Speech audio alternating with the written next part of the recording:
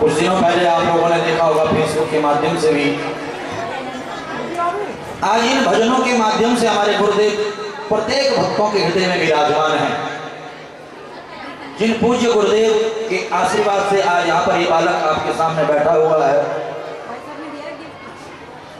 जिन गुरुदेव के हमारे गुरु भाई, हमारे चित्र विचित्र, हमारे बाल गोपाल दास गोपाली पागल जी, साध्वी पूनम दीदी जी, और ऐसे ही हमारे अजय बिहारी दास जी, ऐसे बहुत सारे हमारे पागल के पागल दुनिया के कोने कोने में जाकर के पागलपन फैला रहे हैं। ये दुनिया पागल खाना है, यहाँ पागल आते जाते हैं। मेरा मेरा कहने वाले सब पागल बनकर रह जाते हैं। कोई पागल है धन दौलत का, कोई पागल है बेटे नारी का, सच्चा तो पागल एक ही है, जो पागल है मेरे बांके बिहारी का, जो पागल है मेरे बांके बिहारी का। मैं बहन को बहुत बहुत साधुवाद आशीर्वाद देता हूँ कि बहन ने पूज्य गुरुदेव के चरणों में हमें लेकर के गई। तो ध्यान देना, यही स्वर्ग के चिन्ह हैं कि दानम प्रशस्तम मधुरा चवाणी देवाचनम ब्राह्मण तर्पणम च। ऐसी सुंदर मधुर वाणी, जिस वाणी से गोविंद का नाम लिया जाता हो, ठाकुर का नाम लिया जाता हो, साक्षात राधा स्वरूप हमारी बहन यहाँ पर बैठी हुई है, जिनके मुखार बिंद से राधा का नाम, कृष्ण का नाम, ठाकुर का नाम आप लोग सुन रहे हो। और नरक के चिन्ह भी आप लोगों ने सुने कि कार्पण्य निवृत्ति सुजने सुनिंदा कुचेलुतानी जने सुभक्ति अतीव रोसा कटुका जवाणी नरस चिन्ह नरकागतस्य। नरक से बचने का आहा क्या बात, मिश्रानी बहन की जो घर ले जाओ हमारी बहन को, घर से जाए, घर पे नहीं खींची सर की, बड़े नाम यारी लाल है की अपना अपना आनंद है सबका। वृंदावन बिहारी लाल की, कृष्ण कन्हैया लाल की। तो भाव को भाव अलख आलस हो, नाम जपत मंगल दिस दसो। देखिए, चाहे भाव से, चाहे कुभाव से, चाहे राग से, चाहे द्वेष से, चाहे आलस्य से, चाहे प्रेम से, कैसे भी भगवान का नाम ले लो, ये नाम मंगल ही मंगल करता है। राम से बड़ा बोलो राम का नाम। जो भगवान का नाम लेता है, नाम सुनता है, कभी नरक की यातना नहीं भोगता है। और यहाँ पर बृहस्पति ने देवताओं का भी त्याग किया है और देवराज इंद्र को ब्रह्म हत्या भी लगी है। बड़ी लंबी चौड़ी कथा है। प्रहलाद जी का चरित्र विस्तार से सुनाने का मन था मेरा, परंतु यहाँ पर प्रहलाद चरित्र को भी मैं सूक्ष्म रूप से प्रणाम करता हूँ, क्योंकि मेरे इष्ट है नरसिंह। आप सभी जानते हो कि मैं उत्तराखंड का हूँ। केदार घाटी अगस्त्यमुनि रुद्रप्रयाग का ये शरीर है, और हम लोगों के जो इष्ट हैं, ज़्यादातर लोगों के नरसिंह भगवान देवी मैया ही होती है। मेरे इष्ट है नरसिंह। अगर नरसिंह भगवान की कथा में अगर मैं चले गया तो 1 घंटा आपको पता भी नहीं चलेगा कि कहाँ चले गया, और फिर माताएं मुझे घड़ी दिखाएंगी कि टाइम ज़्यादा हो गया। तो इसलिए मैं इस प्रसंग को स्पर्श करते हुए, क्योंकि प्रहलाद राक्षस कुल में जन्म लिया, हिरण्यकश्यपु का बालक प्रहलाद राक्षस कुल में जन्म लेने पर भी भगवान नारायण की भक्ति नहीं छोड़ता है। और भगवान नारायण अपने भक्त को बचाने के लिए, भक्त की रक्षा के लिए खम्भ में से प्रकट हो गए, नरसिंह बन करके राक्षस का संहार कर दिया। बोले नरसिंह भगवान की। भगवान नारायण की भक्ति करता है, भगवान नरसिंह बन करके आते हैं और उसकी रक्षा करते हैं। आगे चल करके भागवत में गजेंद्र मोक्षोपाख्यान है। गजराज को प्यास लगी वन में, तब पीवन नीर सरोवर आयो, और गजराज ने पांव धरियो जल में, तब ग्राह ने आय के पैर दबायो। गजराज ने जोर अटूट कियो, पर ग्राह के बल को पार न पायो। शिव राम कहे गज हार गयो, तब वाहि ने आय के फंद छुड़ायो। गज और ग्राह की कथा आप लोगों ने श्रवण की होगी। गजराज अपने परिवार के साथ सरोवर पर जल पीने के लिए जाता है, और सरोवर में जल क्रीड़ा करता है, और मगरमच्छ ग्राह पैर पकड़ लेता है। जब सूंड से सूंड लगा करके खींचने लगे। पारिवारिक लोग नहीं खींच पाए, नहीं निकाल पाए। परिवार वाले साथ छोड़ गए, रिश्तेदार साथ छोड़ गए। देखिए, जब कोई विपत्ति में फंसता है, कोई विपत्ति में फंसता है तो सबसे पहले कौन साथ छोड़ता है? रिश्तेदार। उसके बाद कौन साथ छोड़ता है? पारिवारिक जन। उसके बाद कौन साथ छोड़ता है? अपने बच्चे। उसके बाद कौन साथ छोड़ता है? पति पत्नी का जो संबंध है सातों जन्मों का, या पति साथ छोड़ दे या पत्नी साथ छोड़ दे। परंतु जब गजराज का सभी ने साथ छोड़ दिया, तब गजराज को ध्यान आया कि हारे का सहारा अगर कोई है तो मेरा नारायण है, मेरा गोविंद है। और गजराज ने जैसे ही गोविंद पुकारा, हाथ तो कमला सुनी थी सुनी गजराज, हाथ छुड़ाए कहां जात हो यदुराज, हाथ तो कमला सुनी थी गजराज। जब लक्ष्मी जी ने कहा कहां जा रहे हो गोविंद, कहा हाथी। हाँ और थी कहते ही गजराज के सामने प्रभु प्रकट हो गए। बोले भक्तवत्सल भगवान की। हाथी का सूंड पकड़ करके बाहर निकाला, ग्रह का उद्धार किया और उसके बाद गजराज का भी उद्धार कर दिया। जो इस कथा का श्रवण करता है, मेरे गोविंद उसका उद्धार कर देते हैं, उसका कल्याण कर देते हैं।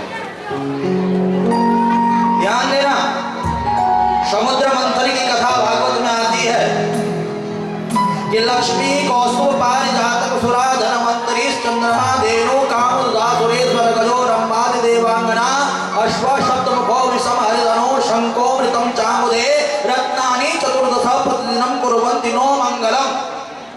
देवताओं ने दैत्यों ने मिलकर के समुद्र मंथन किया। ये कथा भी बड़ी विस्तार से है। समुद्र मंथन में सबसे पहले हलाहल विष निकला, जिसको भगवान शिव ने पान किया और नीलकंठ नाम पड़ गया। बोले नीलकंठ महादेव की। कामधेनु गौ निकली, उच्च सर्वा चंद्रमा कौस्तुभमणि कल्पवृक्ष रंभा इत्यादि अप्सराएं, महालक्ष्मी मदिरा देवी पारिजात वृक्ष ऐरावत हाथी धनुष शंख और धनवंतरी जी अमृत कलश लेकर के आए हैं और अमृत कलश को दैत्यों ने छीन लिया। जो छीनने झपटने का काम होता है ना, वही दैत्य करते हैं, छीना झपटी का काम। समझ लो, जो भी आपको छीना झपटी करते हुए दिखाई दे, समझ लो दैत्य है। ध्यान देना, आगे जहां जहां पर अमृत की बूंदे गिरी हुई है, स्थान अमर हो गए।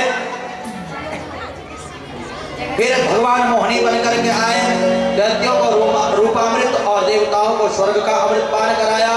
देवासुर संग्राम हुआ। इस संग्राम में दैत्य मारे गए। गुरु शुक्राचार्य जी ने मृत्यु संजीवनी विद्या से दैत्यों को जीवन दिया। का जो 100 यज्ञ करता है उसे इंद्र आसन मिल जाता है, इंद्र पद मिल जाता है। ये यज्ञ कभी विफल नहीं जाते हैं, ये अनुष्ठान, ये पूजा पाठ कभी विफल नहीं जाता है। ये ऊंचा पद, ऊंची प्रतिष्ठा तक पहुंचाता, इंद्र तक आप लोगों को बना देता है। जो 100 यज्ञ नियम से कर ले, 100 भागवत कथाएं जो करवा ले, सुनिश्चित है वह राजा का पद, ऊंचा पद, इंद्र पद प्राप्त कर लेता है। तो ध्यान देना,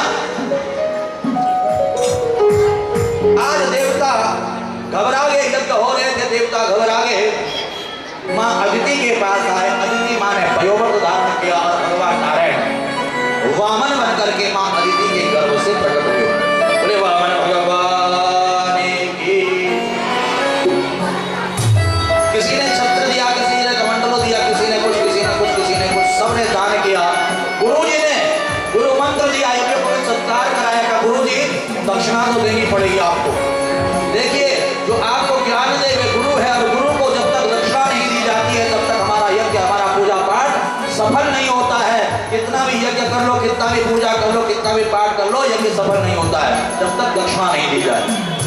दान और दक्षिणा ये दोनों बराबर है। ध्यान देना, ये शास्त्र कहता है। आप शास्त्रों को पढ़िए, शास्त्र हमारे मार्गदर्शक है। गुरुजी आपको दक्षिणा क्या दूं? समर्थवान शिष्य हो तो पूछ करके कहे गुरुजी क्या आपकी इच्छा है। गुरुजी ने कहा अगर मुझे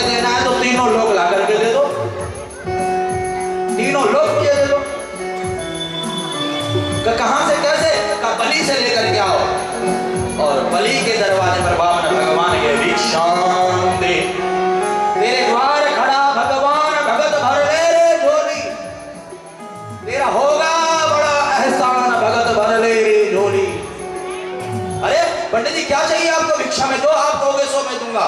क्या मुझे भिक्षा देनी है तो 3 चरण पृथ्वी भिक्षा में दे दो। अब बलि हंसने लग गया, अरे जैसे तुम छोटे हो, लगता तुम्हारी बुद्धि भी छोटी है, तुम्हें मांगना ही नहीं आता है। गांव मांग लो, शहर मांग लो, नगर मांग लो, अपनी जैसी छोटी सी दुल्हनिया मांग लो, 3 चरण पृथ्वी। तुम्हें मांगते हुए शर्म नहीं लग रही, परंतु मुझे देते हुए लाज आ रही है। 3 चरण पृथ्वी, इतना बड़ा सम्राट हूं मैं, इतना बड़ा राजा हूं मैं, 3 चरण पृथ्वी। अब महाराज वामन भगवान कहते हैं दान उतना लेना चाहिए जितनी आवश्यकता हो। आवश्यकता से अधिक दान लेना भी जो है नरक यातना में पहुंचा देता है। जितनी जरूरत हो उतना दान लेना चाहिए। और कई लोगों का काम होता केवल मांगते ही रहते, मांगते ही रहते, मांगते रहते, जब मर जाते पता चलता कि करोड़ों रुपया छोड़ करके गए, ना खुद खाया ना दूसरे को खिलाया। बहुत लोग मांगने वाले पकड़े जाते हैं। दान उतना लो जितना आवश्यक हो, आवश्यकता से अधिक दान नरक यातना पहुंचाता है। मुझे जितनी आवश्यकता उतना मैं मांग रहा हूं, मुझे 3 चरण पृथ्वी चाहिए ताकि उस स्थान पर बैठ करके मैं भजन पूजन कर सकूं। कहा पंडित जी जहां तक नजर जा रही है ये सब मेरा है, जहां मर्जी वहां नाप लो, बैठ जाओ। ऐसे नहीं काम चलेगा, संकल्प करना पड़ेगा। कहा गया है बिना संकल्प के दान नहीं देना चाहिए, उसका पुण्य नहीं लगता है। आप गौ दान करो तो संकल्प करके करो, आप स्वर्ण दान करो संकल्प करके करो, आप अन्न दान धन दान करो संकल्प करके करो। बिना संकल्प के दान नहीं देना चाहिए, आप संकल्प करिए। अब जैसे ही संकल्प किया वामन भगवान ने अपना रूप बढ़ाया। बोले वामन भगवान की।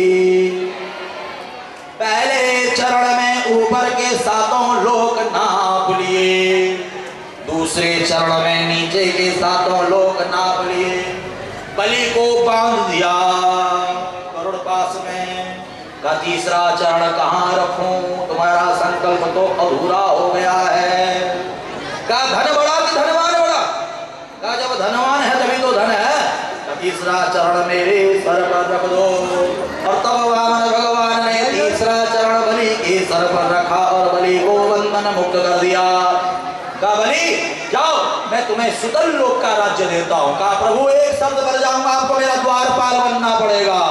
भगवान ने तथास्तु कह दिया, भगवान द्वारपाल बन गए।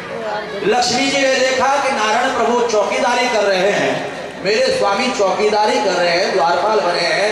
तब लक्ष्मी जी गई और बलि के हाथ में राखी बांधी। तभी से रक्षाबंधन का त्योहार मनाया जाता है। भाई ने कहा बहन क्या चाहिए? कहा ये द्वारपाल मुझे दे दो। बलि को समझने में देर नहीं लगी कि लक्ष्मी नारायण है साक्षात। कहा प्रभु जाइए आप लक्ष्मी मैया के साथ बहन के साथ। एक रूप से तो लक्ष्मी के साथ वैकुंठ जा रहा हूं, एक रूप से मैं यहीं सुतल लोक में रहूंगा द्वारपाल बन करके। जो भगवान नारायण को अपना तन मन धन समर्पित कर देता है, भगवान नारायण उसकी रक्षा के लिए द्वारपाल बन जाते हैं। बोले भक्तवत्सल भगवान की। आगे चल करके श्रीमद् भागवत में राम जी की भी कथा आती है। राम कृष्ण तो एक है, अंतर नहीं निमेष, उनके नयन गंभीर हैं तो इनके चपल विशेष। विधायक जी राम और कृष्ण में कोई अंतर नहीं है। अंतर है सिर्फ इतना, राम प्रभु मर्यादा पुरुषोत्तम है तो मेरे कन्हैया लीला पुरुषोत्तम है। मेरे राम प्रभु ने जो जो कार्य किए हैं मर्यादा में रह करके किए हैं। रघुकुल रीति सदा चली आई और प्राण जाए पर वचन न जाए। अपने वचनों का पालन किया है मेरे राम जी ने। प्रातः काल उठ के रघुनाथा, माता पिता गुरु नाम ही माता। राम प्रभु जब प्रातः काल उठते तो सबसे पहले माता पिता के चरण छूते, गुरु जी का वंदन करते हैं। मर्यादा राम प्रभु। और कृष्ण प्रभु लीला पुरुषोत्तम है, हर एक कार्य किया है लीला करते हुए।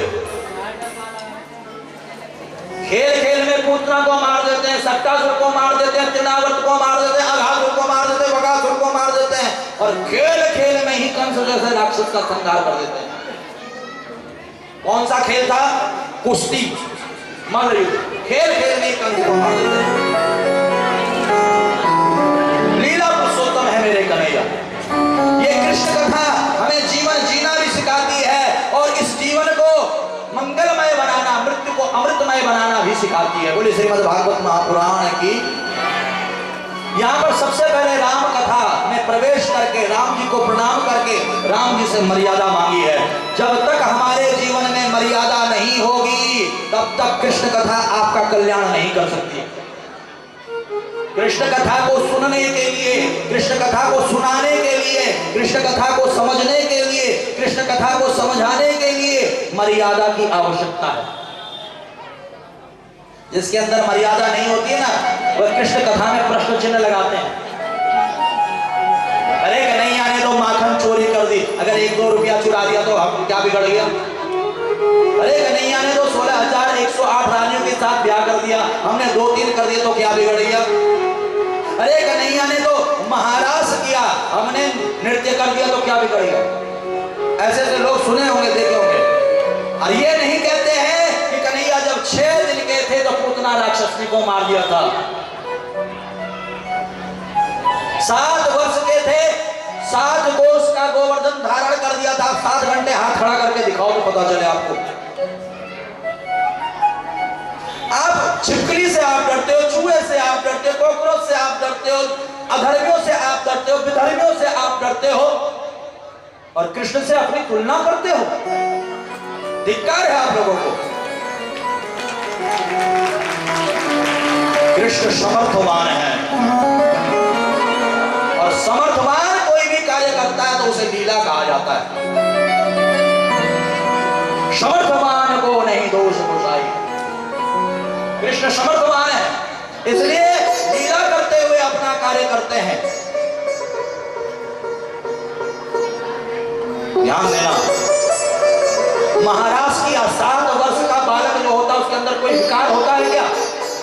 7 वर्ष का बालक, आज कलयुगी बालक की बात नहीं कर रहा हूं मैं। यहाँ पर बड़ी बड़ी माताएं बहनें बैठी हुई, हमारे बुजुर्ग भाई लोग बैठे हुए हैं। कई लोग कहते हैं कि हम 20 साल के हो गए तो भी हमें पता नहीं था ये गर्लफ्रेंड बॉयफ्रेंड क्या होता है। आज कलयुग में हमारा छोटे छोटे बच्चों को देखो, गंगा जी के किनारे पार्कों में बैठे मिलेंगे। माँ बाप सोचते स्कूल गए हुए हैं, वो स्कूल बोल करके जो है, समझ रहे हो कि नहीं समझ रहे मेरी बात को? ये कलयुग चल रहा है, परंतु वो हमारा द्वापर युग था। 7 वर्ष का बालक, कोई विकार नहीं। जिस प्रकार माँ अपने बच्चे को गोद में लेकर के नाचती है, वैसे ही ब्रज की गोपिकाएं भी कन्हैया को गोद में ले लेकर के नृत्य करती थी। अगर आप किसी रिश्तेदार के यहाँ पर जाते हो और बच्चा बड़ा सुंदर दिखाई देता है तो आप उसे गोद में लेते हो नहीं लेते हो? बताओ, लेते हो नहीं लेते हो? और उसे लेकर के झूमते नहीं झूमते हो? ऐसे ही ब्रज की गोपिकाएं, कोई 60 साल की, कोई 70 साल की, कोई 80 साल की, कोई 90 साल की, कोई 100 साल की, कोई 110 साल की। और कन्हैया कितने वर्ष के हैं? जब महाराज हुआ 6-7 वर्ष के। कोई विकार नहीं है यहाँ पर। यहाँ पर कृष्ण को गोदी में ले लेकर के नाच रही है, नृत्य कर रही है, यही महाराज है।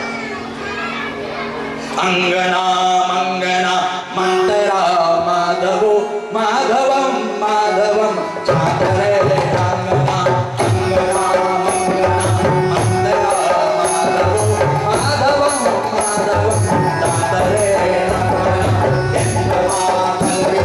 मंडले मंजगा संजगो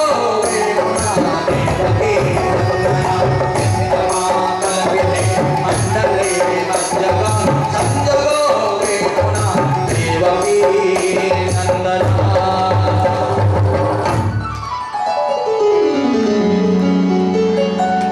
ध्यान देना, कृष्ण लीला को वही समझ सकता है जिसके अंदर मर्यादा होगी।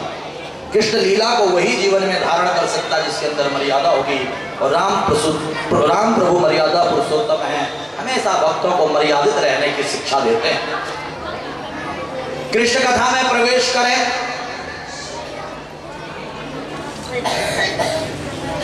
तो कृष्ण कथा में ध्यान देना, नारायण से ब्रह्मा ब्रह्मा के अत्रि, अत्रि के चंद्रमा, चंद्रमा के बुध, बुध के पुरुरवा, पुरुरवा के आयु, आयु के नहुस और नहुस के यति, ययाति, संयाति, आयाति, वियाति, कृति और ययाति के यदु और दुर्वसु, ध्रुव, अनु और पुरु।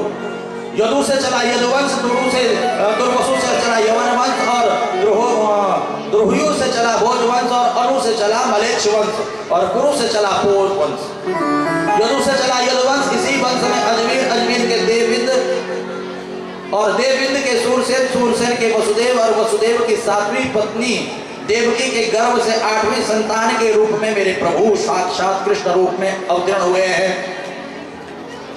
7वें गर्भ का आकर्षण देवी रोहिणी के गर्भ में करवाया गया और 9वीं सुखदेव मुनि कहते हैं परीक्षित हुए तुम्हारी दादी हुई है, जिसका नाम हुआ है सुभद्रा।